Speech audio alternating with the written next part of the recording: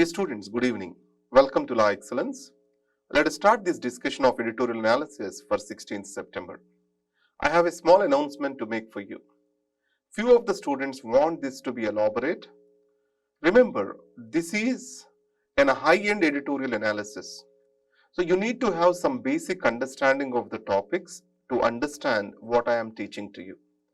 Rather than elaborating and giving you finer details, we need to focus on what we can carry towards the examination. So my discussion is to ensure more marks and then facilitate more information in the less time possible. So that's why watch it repeatedly to understand it better. Second thing, whenever or whatever you don't understand, I am giving you a phone number. You can message on that particular phone number on Telegram. That is 98492768845. On this particular thing, you can message that. Let us start the discussion. Parliamentary business and an essential pit stop. To explain this, I'll give you one case study. Recently, farm bills, these are being withdrawn. One of the reasons which is stated is it is not properly documented or properly thought about bill. And few people argued that many of these bills are not being referred to the parliamentary standing committees. So the parliamentary standing committees, they have unique advantages. Today we have 24 department related standing committees. These make the parliamentary work continuous and also ensures the quality of the work. Added to that, as all the political parties are involved and they are in-camera meetings, they will be precise and also consensus approach can be taken.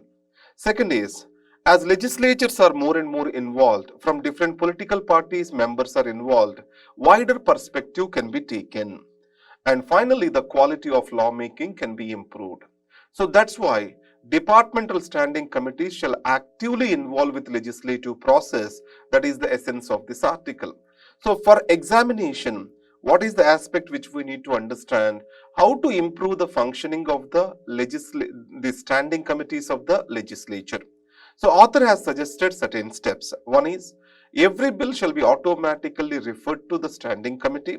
Only when emergencies are there, exceptions can be made by the speaker or chairman of the house.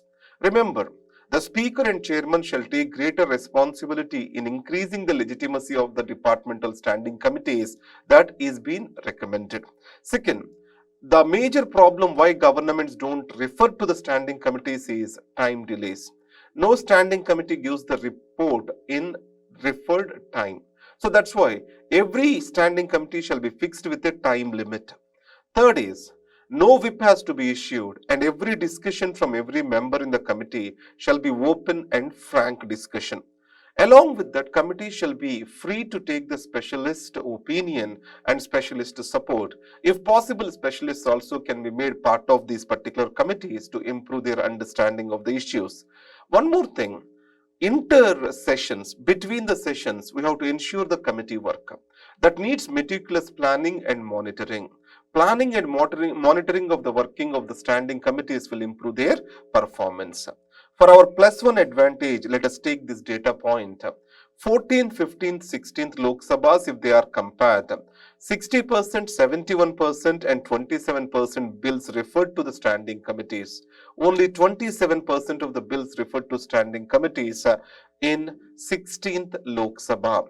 So the major reason is government is in hurry and then standing committees acts as a speed breaker and they don't give the reports on time. That is the major problem.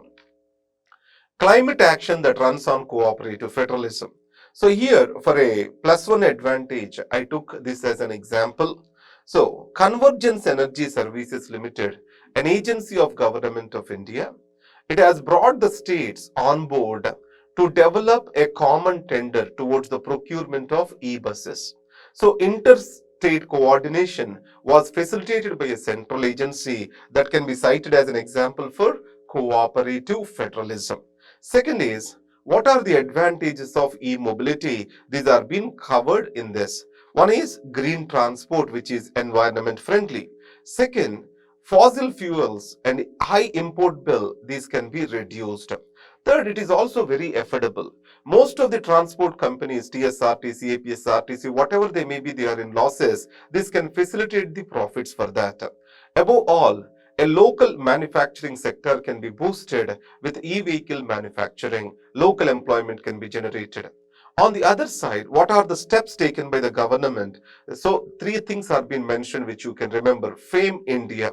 So, foster adaptation and manufacturing of e-vehicles, that is FAME India. Next is National Mission exists on e-mobility, that is National Mission on Electric Mobility 2011. National Electric Mobility Plan, that is 2020. So these three things, what are the steps taken by the government of India towards e-mobility? You can remember these three steps. Next is, should India choose manufacturing over services? Remember, manufacturing sector has certain unique advantages, and then India moved away from primary sector directly into services sector, and services sector occupies more than 50% of our GDP. So this skipping has done some damage to the economy. The major damage is agriculture sector in India is overburdened.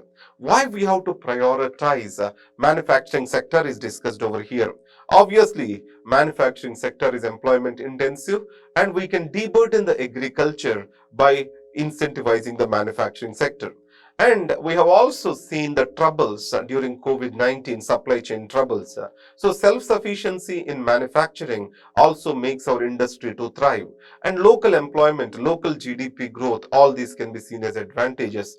On external front, our current account is always in deficit because of the higher imports. Today, if we can make India a manufacturing hub, it can be surplus. Either you take Taiwan or you take, for that matter, China has current account surplus because of strong manufacturing sector.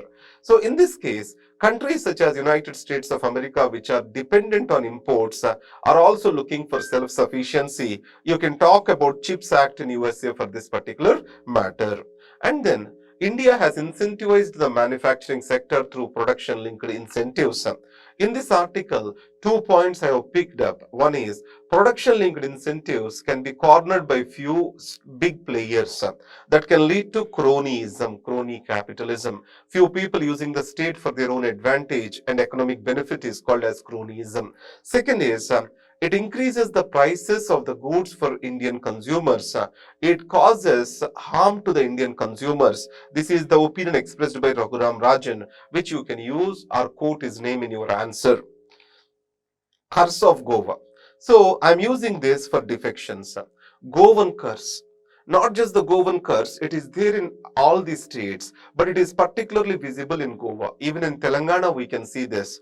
Many of the people who got elected are shifting to the other political party, which has got the power in the state.